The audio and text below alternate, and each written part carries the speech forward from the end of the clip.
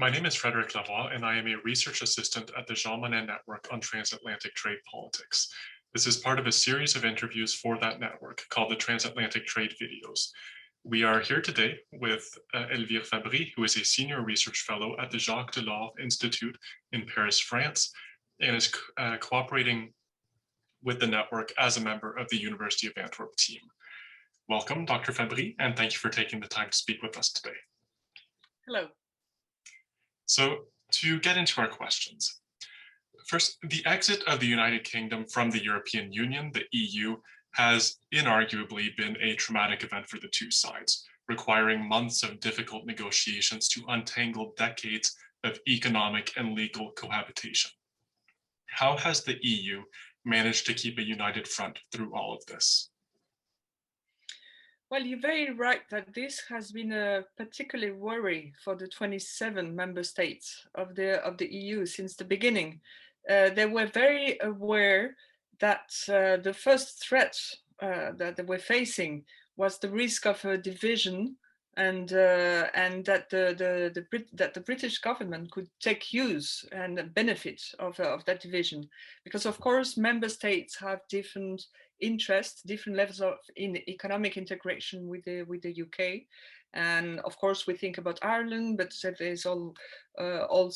Germany, the Netherlands, which have specific economic interests with the UK, and the British government understood very well that they could. By succeeding to divide member states, he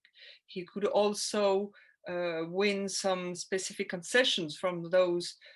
capitals. And I think it's interesting at this point to look back at the way the European Commission has handled this negotiation, because it has been quite different from other negotiation. Of course, negotiating the process of Brexit, first the withdrawal of the UK, and then the future relation was very specific. It has nothing to see with any other trade negotiation, and there were so many issues that needed to be covered, that they settling down the right method to negotiate and to process was very complex, and we saw that it took many years. I think that it's interesting at this point to have a look at what I called, but others also called, the Barnier method. Barnier, the name of the chief negotiator, Michel Barnier, who was a former French foreign affairs minister, and who has been heading all the process of negotiation for the 27 in the name of the European Commission and in the name of the 27, and the task force that he's been building to negotiate this process. And I think that what we can, if we try to understand the methods and how he succeeded to build this cohesion, we can think about three things: transparency, task force, and the way he's been leveraging the weight of the single market. First, about transparency. From the beginning of the negotiation, one thing that is very interesting is that he didn't only focus on the mandate that was given to him to negotiate the withdrawal of the UK, but he really started building strong political support between the 27 capitals. And one thing that helped that was the transparency that he brought on the different steps of the negotiation, through different things, through the publication of many documents related to the negotiation, through a very strong engagement in the different capitals. He had made himself so many trips in the different capitals, not only to discuss with the different administrations at different levels, but also with the national parliaments, with the different stakeholders, different levels of stakeholders, trade unions, think tanks, all the different levels of leaders who could contribute to disseminate quite far even in the public opinion an understanding of what was happening, what was going on, and how the European Commission was handling managing with this negotiation. Another thing was very clear, a very clear presentation of the method used by the 27, with an important focus on the sequencing of the negotiation. No negotiation before the activation of Article 50 of the Treaty of European Union. First negotiate the withdrawal and then future relations. The link between the four freedom of the single market, all different elements that help, that contributed to a better understanding of the priorities of the European Commission, and the way it was. It has from the beginning, it has insisted on some red lines and the defense of the common interests of the 27, and we have seen that during those several years, the British government has had tried in many ways to be to reinforce bilateral relations with the different capitals, and notably between Berlin and Paris, but not only Dublin, of course, but also in the Netherlands, and that although this transparency between the 27, this constant communication has helped really building that cohesion. Then the role of the task force that was created as soon as in 2016 was also important. It has contributed. I mean, for Michel Barnier, it was very important because it provided him with a sort of overview of all the different issues that had to be tackled, and with the possibility to use the contribution and expertise of different services of the European Commission, and which contribute to establish a broad overview of the different elements of the negotiation, while the British government wanted to slice down the different elements of negotiation, and which could have provided more space for more compromise on the side of the member states. And finally, I think that third element that was important, it was the way this negotiation was built on, and then a broader understanding of the way the single market is functioning, how it has matured, it has grown up, and really building on the weight of the single market. In a way, this long negotiation that was closely followed by the medias and the public opinion has contributed to develop some pedagogy on the way the single market is functioning. More specifically, the functioning of all its trade dimension, which has some technicalities, and allowing the broad public to understand what is a certification, the conformity checks, what are tariff quotas, how a trade union functions, what is mutual recognition, rule of origin. All those elements have been explained in a very pedagogical approach, and it has contributed to allow citizens to perceive really what is the reality of the EU after so many decades of building, and what is the role of norms. For so many years, European norms and regulation have been criticized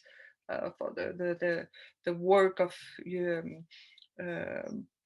the way they were, in a way, imposing harmonization. But the result today is precisely that block of harmonization norms is a very strong leverage for the Europeans, and has contributed to reinforce what is now called the Brussels effect, the attractiveness of European norms to get access to the single market. Is that it's an incentive for firms to align on those norms if they want to access the single market, and progressively when negotiations were moving on, the way the European Commission has approached this negotiation had also some influence on other negotiations and even the review of some agreements, like it was the case for Switzerland, but also in relation with other partners, like with China, with a much more focused approach on the level playing field, and the way Europeans wanted to, or preserve, like in the case of the UK, preserve some level playing field and avoid some unfair competition at the doorstep of the EU, or increase level playing field with a challenging partner like China. That's actually a very good segue into the next question, because the EU is also facing a challenge from China, which gets referred to, you're right, as a cooperation partner, an economic competitor, or a systemic rival, depending on the day. Could the Barnier method you describe be useful here? Well, I think there's some elements that could be interesting to, I don't know if to apply, but to keep in mind when addressing China. As you just recall, now the EU is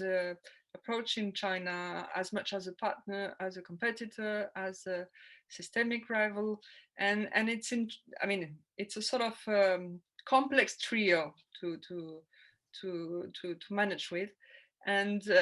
I think that at the level of the European Commission now, since the European Commission has adopted that trio approach, there's quite a clear agenda on what are the priorities to try to increase some level playing field with China, and trying to preserve some a cooperative approach, but at the same time increasing a more defensive approach of European interests from within the single market. And but that agenda of what we could call level playing field agenda is not so clear in the different capitals, and within the member state, at the level of the public opinion, at the level of the stakeholders. And there's a sort of gap in between those two levels, and the challenge precisely is to build up that cohesion between the 27 on that agenda. And I think, just to mention, to be brief, but that agenda is built on three levels. The way the EU wants to address China at the multilateral level, trying to reinforce disciplines at the multilateral levels to try to discipline the state capitalism that is developed in China, and trade distortions that are increased by the state-owned enterprises, and the way they benefit from indefinite subsidies.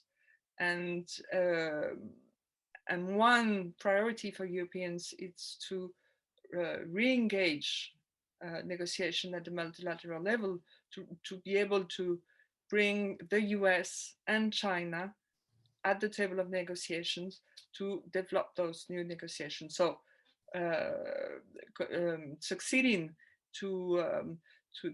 put a new WTO reform on track is one priority, but it will take some time. So the second level is a more unilateral level. It's how to increase the capacity to defend European interests autonomously.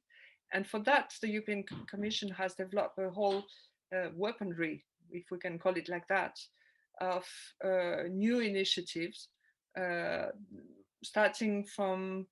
foreign direct investment screening, which was implemented during the fall 2020, more recently control on foreign subsidies, and it is preparing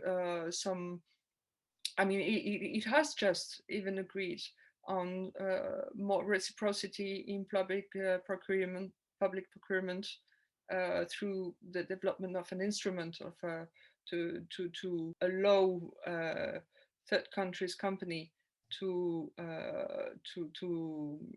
have access to the single market public procurement. I mean, in the member states, if the home country is offering the same access, or they would be submitted to a sort of malus, to a sort of added costs to rebalance the competitiveness between them and European firms. But there's also some additional elements like a new regulation for due diligence requested to importing companies to respect some environmental norms, social norms that are closer to European ones. I mean, all those elements are set up to have a stronger capacity to manage a bilateral relation with China. And the third level is bilateral level, the level of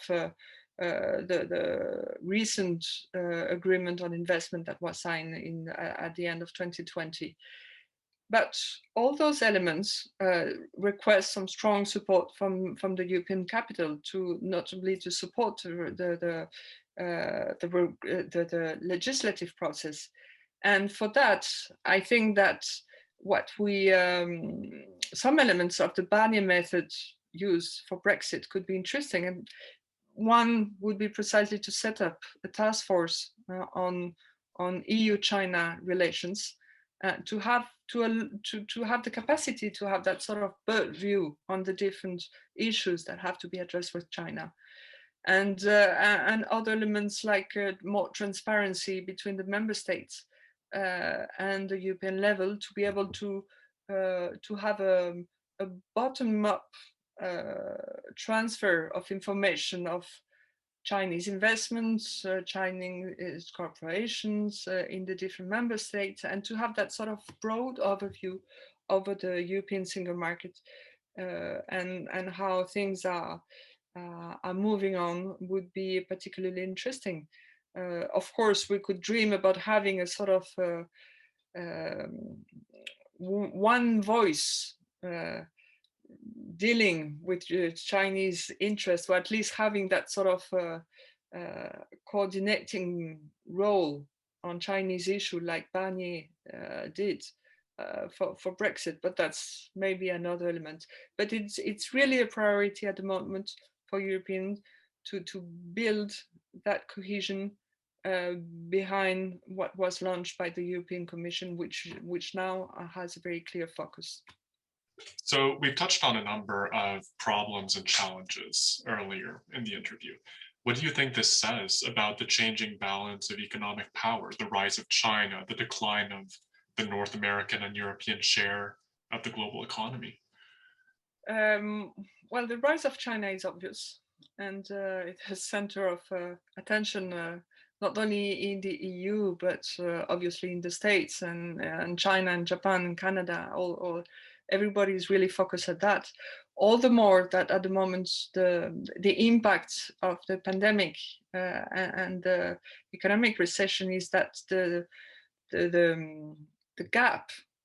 between the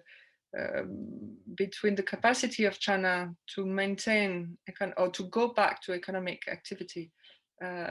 and the different speed between the US and Europe has already quite a strong impact on the way China is increasing his market share in global trade, and I think that it has it contributes to for Europeans, but also for other partners, to take advantage of what remains a sort of a small window of opportunity to take advantage of the attractiveness of the European single market, for building on the agenda that I just comment on level playing field. That's a very clear agenda, which is at the center of the recent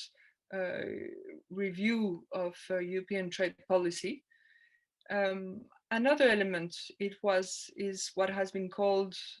open strategic autonomy, which is, let's say, like the broad title of this European trade policy review, which is for Europeans to try to find a balance between maintaining that partnership with China, because European firms, as much as Canadian or American firms, need to have access to the Chinese market, because it is, I mean, the center of gravity of the global economy is in Asia, but the next billion of composing the global middle class, which has a very strong appetite for consumption, will be in Asia, and more specifically in China, and the company needs to have access to the Chinese market. But at the same time, Europeans are very aware that they need to work together with the US, with Canada, with other partners, to press China to accept some reforms. And so they need to increase that cooperation, and it's the whole issue about of the forthcoming EU-US summit, try to see what we're going to build on for transatlantic cooperation. But with the willingness on the European side to find a balance between cooperation and certain autonomy, and to preserve a sort of not a middle position between US, Canada, or China, not a middle position. It would be more closer to on the transatlantic side, but with a more acute awareness that Europeans need to increase the resilience of their supply chain. And it's not only a European preoccupation. Scrutinizing the resilience of supply chains and existing strategic dependencies in certain sectors of imports is now a specific worry, not only in Europe, but in the US, in Japan, in India. All those different countries are trying to have a more careful look at this issue about reducing strategic dependencies. But I think that there has been quite not a U-turn, but quite an important strategic evolution in the European strategy addressing China, in the willingness to increase more domestic technological capacities, industrial capacities. It's something quite new for Europeans, and there has been a lot of important debates between the member states with very initial different approaches, but agreeing to build up on more common capacities and financial capacities to develop some industrial common projects, notably for batteries or for technological products like that. And it's something that is speeding up pretty quickly, and notably Germany and France have moved closer together on those issues. So, what does this all mean for the future of trade agreements? If rules-based international systems like the WTO are no longer treated as sacrosanct in the first place where you go, what does this mean both for less economically powerful countries like Canada or for behemoths like the European Union? What path do you see this taking? But I think that we have during all those past years, they have all many countries have been very active in bilateral negotiations, and the EU itself has been piling up different agreements that now it needs to ratify. And that the feeling is that, as you just mentioned, at the multilateral level, it will take quite some time to relaunch a new dynamic of negotiation, and on that side, there might be more initiatives at a plurilateral level, bringing together some countries, precisely like Canada, like the EU, or like it was launched a year ago between the US, the EU, and Japan on the reduction of industrial subsidies. It is an issue that will be relaunched probably in the coming month. So I think at the multilateral level, we can expect the development of new initiatives. But I think that from the European point of view, the priority now is maybe not to continue on intensive activity on bilateral negotiation, and rather take advantage of the existing ones and focusing on enforcement of the existing agreements, and allowing notably SMEs to take more advantage of those agreements, not only multinationals, but really SMEs. And some initiatives have been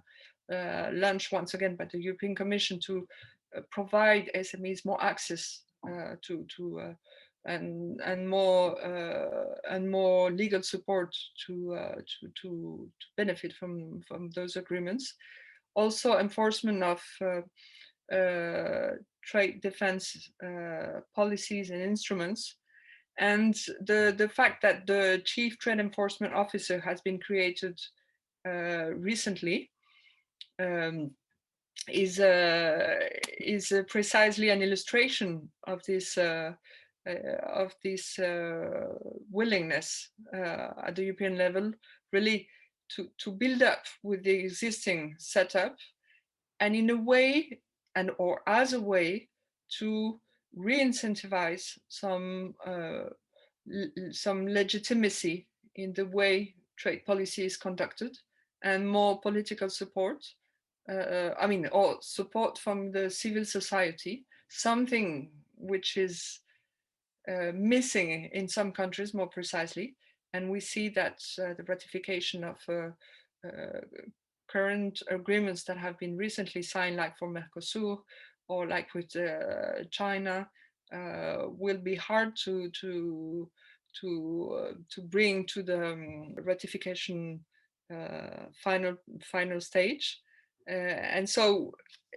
the priority at the moment may be more focused at the domestic level,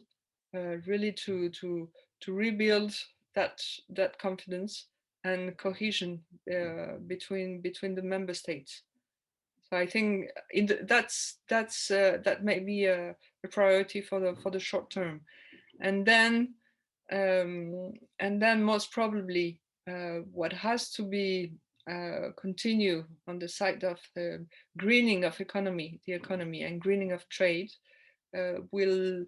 allow to launch new and sort of try to relaunch some new cooperative approach with some with other partners, be it cooperative partners like between us, Canada, US, the EU, or more complex one like China. So